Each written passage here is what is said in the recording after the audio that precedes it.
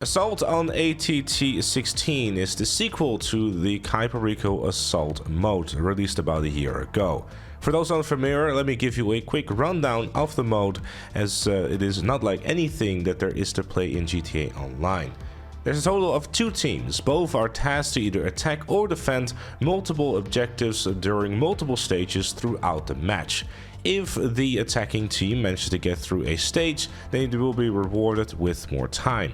If you're familiar with Battlefield's Rush game mode, then this mode will be very familiar to you. The mode also has respawn timers, so you will actually have moments where both teams will have a moment to breathe or plan their next big attack. Loadouts also make a return this time with a big improvement in the assault rifle category, with the service carbine doing the heavy lifting in the mode. The heavy sniper being added will also allow those who are capable to really make a difference while attacking or defending, and making sure to pick off those from a distance. And from what I could tell during my play session of the mode, I also saw a railgun and upper atomizer available to be found within the game mode 2 in those hidden stashes. Where they are, I couldn't tell you because I haven't found them myself, but they are available, so go try to find them. Bonus objectives also make a return to the mode, allowing you to make some additional cash by doing stuff you'll probably typically do anyways by just simply playing. These will pay out between $10,000 and $15,000 each. And like in the Cayo Perico Assault mode, attackers get 5 more minutes added to their total time to complete the next 2 objectives when they have done so successfully with the previous objective. While the defending team simply gets told, okay, this is the amount of time you have to defend the objectives. Have fun. Which is one addition I think Rockstar could have made to the mode. Add a certain amount of lives to the attacking team to not make the defending just kind of feel like a drag.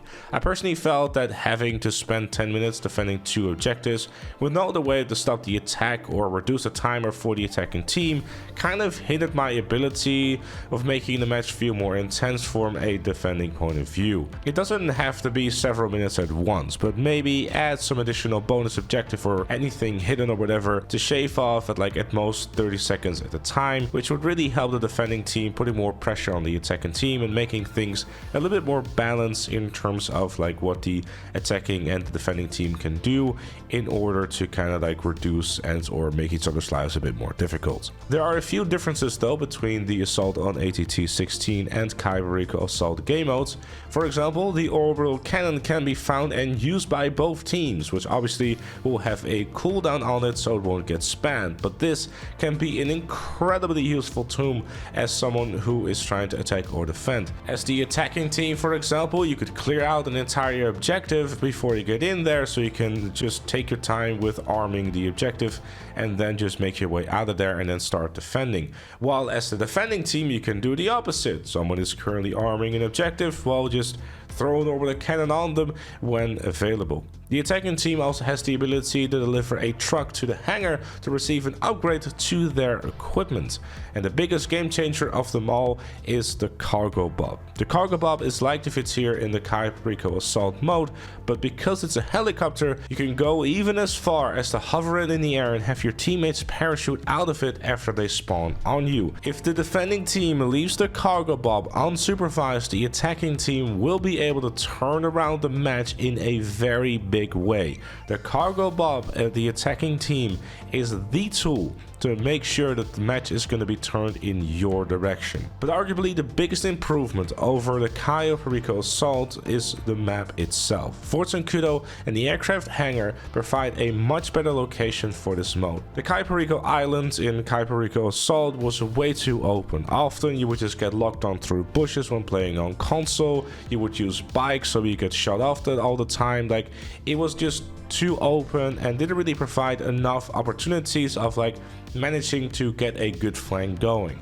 Especially the final section in the map was just way too much geared towards defenders, whereas in this map everything feels a lot more balanced because there are so many different ways of how you can go about attacking or defending. Add to the fact that there's so much more variety in both weapons, vehicles and spawn locations, and you can tell that Rockstar really had a good look at what worked in the Cayo Perico Assault mode and what didn't. The biggest fear that I had with the mode was the aircraft carrier itself, as there's very little ways to get around it, but luckily Rockstar did think of this by adding ladders and plenty of hidden and not so hidden ways to make your way through the aircraft carrier. And I'll be honest, in 2.5 hours of playtime, I couldn't really find anything that I disliked about the mode. I honestly think that Rockstar simply did a great job with the mode and just improved what needed to be improved in the Cayo Perico Assault mode. One thing that will likely make or break this mode for a lot of people though is the teams that they will play with or against.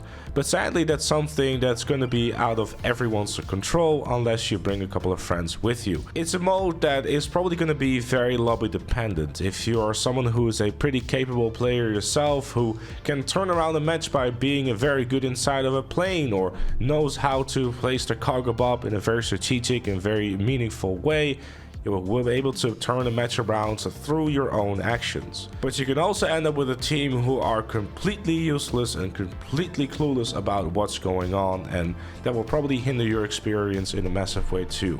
It's something that's out of anyone's control, but if you bring a few buddies along, I'm sure you can mitigate that problem. But one final thing though, do not, under any circumstance, try to play this with a small amount of players. This is one of those game modes that needs a full 30-player lobby to get its full potential shown through. I don't think that you want to play this with 16 players because it will completely shatter the pace of the match, making it not as exciting as it should be. But aside from that, those are my thoughts. Of course, I'd love to know what you would think in the comments down below. Leave a like if you enjoyed, subscribe for more, and become a member like Chloe, GTA Plus, and Notorious Jam. And I'll see you all later.